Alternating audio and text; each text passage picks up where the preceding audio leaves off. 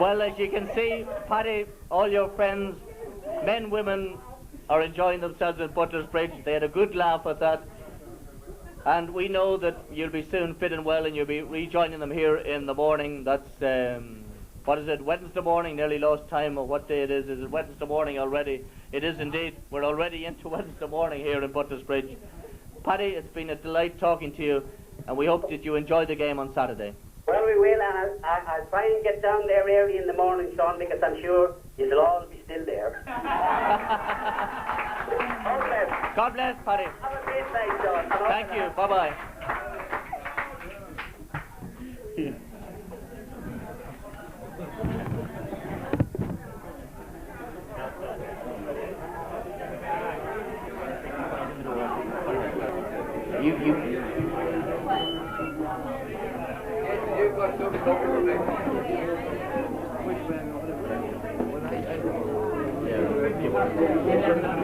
Paul.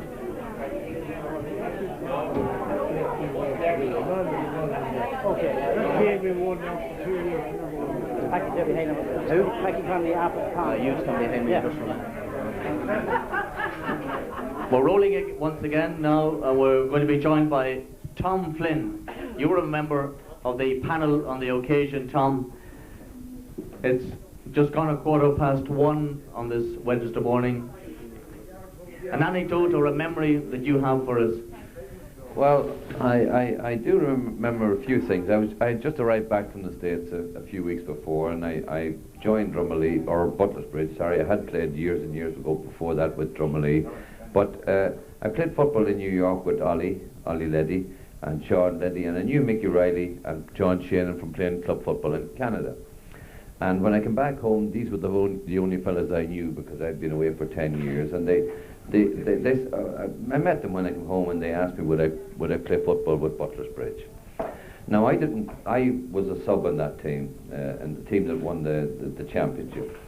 But you know, the thing that I remember most about Butler's Bridge, I suppose, was teams like the earlier teams, because I wouldn't have the same affiliation that these fellas would have. I wasn't part of Butler's Bridge until then.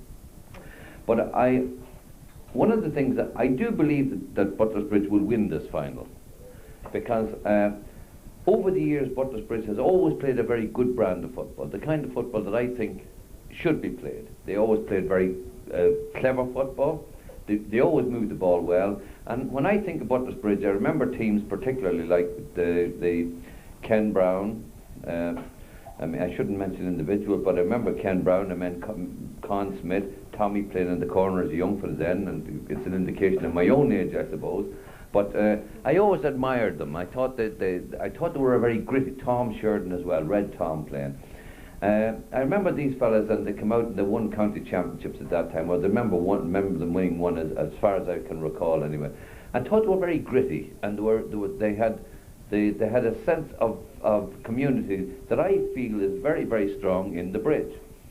And when I came back myself now, and the boys would talk to me, and they said I didn't really mind who I played with, but I was awfully glad at the time that I did join this club, because I felt it's much more than a football team. There are very, very few teams in the country that have the same sense of community as Butler's Bridge has. You'll find here, I'm sure that you'll find here next Saturday night, win, lose or draw, that every person in the Bridge, every member of the community will be here. I'm sure of that, because I was a part of that, and I'm very, very proud to be a part of that. And I suppose some of the great memories I had here when I came home first for the few years that I was here before was the variety of characters. There was Christy Rourke, there was Sean O'Hare, there was Sean. I mean, I'm not even going to start. It's very unfair to even mention individuals, because they are all individuals, and all of them collectively make a tremendous organisation and a tremendous community. I'd be very, very happy to have been at one stage a part of it. I have over the years, when I look back at the '74 team, and I mean, I was only a member for I think 2 years. I'm very fortunate, because I got a county championship medal, and I did play in the league, but I didn't play in the championship because I had arrived home. But when I think of players, many players, looking through the players, Brian McEntee, who played midfield, not a tall man, tremendously hard worker, never hit anybody as far as I could remember, used the ball well. Jimmy Brown, various people have been mentioned, but Martin Fitzpatrick, who was full-back. Now, there are other people. Ollie was a big, tall, powerful man in the middle of the field. Sean Leddy, Philip, Ray Dunn, Eamon Riley, you know, a player who I felt was as good a full forward as I ever saw playing, because it was... Somebody remarked along the way that he was akin to the great Sean O'Neill. Well, I'm not sure. I think a different player than Sean O'Neill. Sean O'Neill was a rambler and a rover and a wing half forward, essentially, in his best years. I think Sean O'Neill was a half forward. There were a few players that I would be more scared of than Eamon Riley getting the ball 21 yards out, because he was a fellow that reminds me of him at the moment is a fellow called Ollie Murphy that plays with Meath. Eamon would lie into you, very hard to get rid of, and knew what he could do, and was very, very confident. A great full forward. I always felt that he was senior county material, and I'm not sure whether he did or didn't play, but certainly was a very talented player. There was, apart from that, there was a sense of team, which is really important. I think with all the training in the world, if you haven't got a sense of team, you're not travelling very far. The bridge has a sense of team.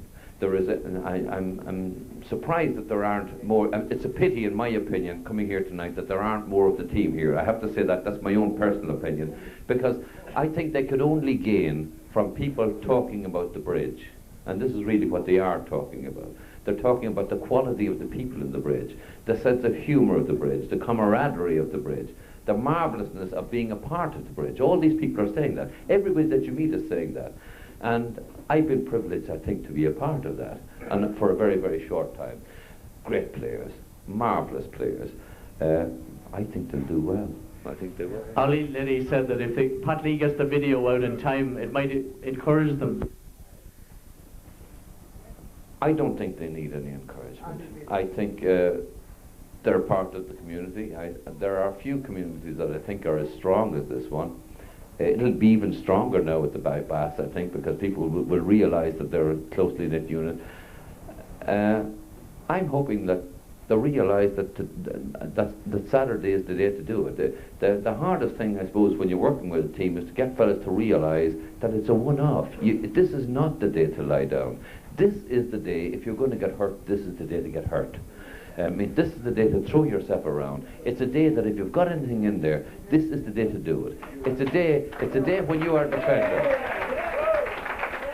I think it's a day, it's a defender, you forget about yourself as a defender. You don't want particularly to play a good game. What you want to do is to make sure that your man does not get the ball, and that means just getting your hand out in front, blocking the ball, pushing off the ball. Then that's what you do.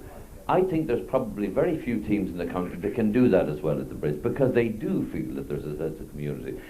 I'd like to have seen more players here tonight to realise how much it means to the bridge. And it means an awful lot to the bridge, and it is a hell of a community, and I think they'll do well. Tom Flynn, ladies and gentlemen.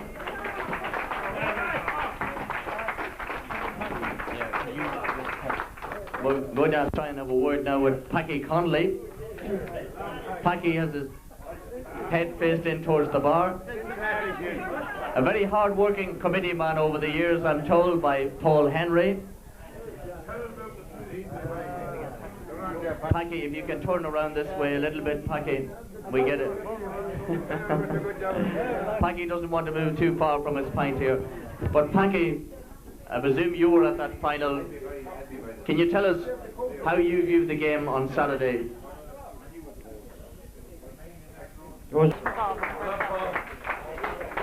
Just before we finish, I'll just put it back on the show for a couple of minutes. Thank you.